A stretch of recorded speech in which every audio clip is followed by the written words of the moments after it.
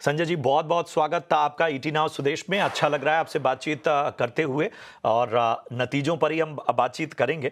सबसे पहला मेरा सवाल खास तौर पे आपकी गाइडेंस को लेकर है। FY26 के लिए 13% वॉल्यूम ग्रोथ गाइडेंस रखी गई थी। क्या मौजूदा जो नंबर्स हैं, मौजूदा जो ट्रेंड्स नज़र आए हैं इन नतीजों में, क्या उसको देखते हुए आप अभी भी इस पे कायम हैं या थोड़ा बदलाव इसमें करेंगे?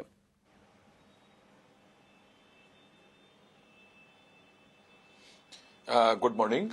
देखिए, मैं अपनी गाइडेंस पे कायम रहूंगा। जैसे हमने साल के शुरू में दी थी 10% एग्जिम में और 20% डोमेस्टिक में, ओवरऑल 13% की गाइडेंस दी थी। तो मुझे ये सूचित करते हुए आपको हर्ष है कि पहले 6 महीने में हमने एग्जिम में 10% की गाइडेंस जो दी थी पूरा अचीव किया है। डोमेस्टिक में हमने 20 के बजाय 13% की ग्रोथ अचीव करी है। सो ओवरऑल जो हमारी ग्रोथ रही है वो 13% गाइडेंस के मुकाबले 11% की ग्रोथ हमने फर्स्ट हाफ में अचीव करी है इस फाइनेंशियल ईयर के। और हमें पूरा विश्वास है कि जो बाकी के 6 महीने हैं उसमें हम डोमेस्टिक में बहुत अच्छा प्रदर्शन करेंगे। एग्जिम में तो ऑफ कोर्स हमारी 10% की जो ग्रोथ है वो बरकरार रहेगी, हो सकता है थोड़ी बढ़ जाए, लेकिन डोमेस्टिक में हम 13% से लेके आई थिंक काफी अच्छी ग्रोथ करेंगे, जिससे कि ओवरऑल हम जब साल का अपना क्लोज करेंगे तो 20% डोमेस्टिक में ग्रोथ हम दर्ज कर पाएंगे। उसके दो तीन जो रीजंस हैं, जो कारण हैं जिसके बेस पे मैं अपने बात कह रहा हूं। पहली बात कि अभी तक मानसून का सीजन था, इस बार बहुत अच्छा मानसून हमारे देश में हुआ है। उसकी वजह से कंस्ट्रक्शन एक्टिविटीज थोड़ी मानसून में काफी स्लो हो जाती हैं, तो सीमेंट की डिमांड कम हो गई थी।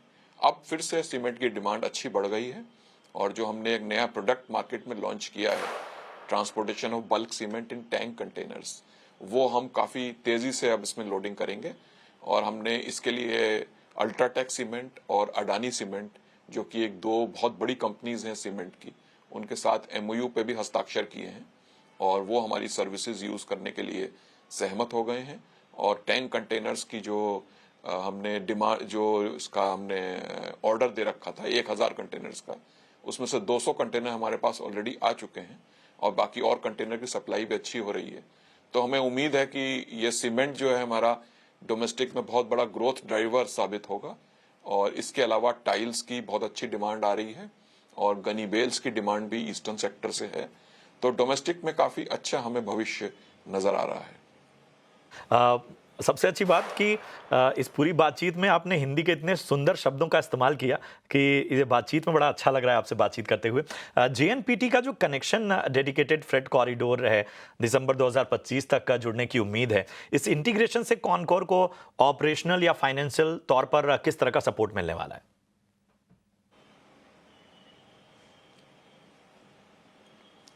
देखिए, JNPT से जो डेडिकेटेड फ्रेट कॉरिडोर का कनेक्शन जुड़ेगा, जिसकी दिसंबर 2025 में पूरी उम्मीद है, हो सकता है थोड़ा सा वो आगे बढ़ जाए। उससे कॉनकॉर के अलावा पूरे देश को बहुत बड़ा फायदा होने वाला है, क्योंकि इससे जो अभी सामान जो है, कंटेनर जो स्पेशली लाइट कार्गो के जो कंटेनर हैं, जो अभी सड़क मार्ग से दिल्ली एरिया से, NCR से बॉम्बे की तरफ जाते हैं, वो काफी, उसमें से काफी तादाद में कंटेनर रेल पे शिफ्ट हो जाएंगे। और रेल एक बहुत आपको पता है पर्यावरण के लिहाज से भी एक बहुत ही ग्रीन एक मोड ऑफ ट्रांसपोर्ट है, जिससे कि अल्टीमेटली पूरे देश का फायदा होगा। और इसमें आपको अपर डेक पे भी कंटेनर जा सकते हैं, जो कि हल्के कार्गो के कंटेनर होंगे, वो अपर डेक में जाएंगे। तो उससे हम NCR एरिया से JNPT के लिए टाइम टेबल ट्रेन चलाएंगे। रेलवे से हमारी बात चल रही है, भारतीय रेलवे इसमें बहुत उनका अच्छा दृष्टिकोण है, पॉजिटिव दृष्टिकोण है, और वो हमें टाइम टेबल ट्रेन की अनुमति देंगे, जिससे कि हम बहुत सारा कार्गो चाहेंगे कि रोड से रेल पे शिफ्ट हो, जिससे कि कॉनकॉर का फायदा तो खैर होगा ही, भारतीय रेल का भी फायदा होगा। मैं कहना चाहूंगा पूरे देश का इससे फायदा होगा। जी, बहुत बहुत शुक्रिया करेंगे स्वरूप सर, इस चर्चा में जुड़ने के लिए, अपना कीमती समय देने के लिए, और भविष्य की तमाम योजनाओं, विस्तार और कारोबार के लिए हमारी ओर से ढेर सारी शुभकामनाएं आपको।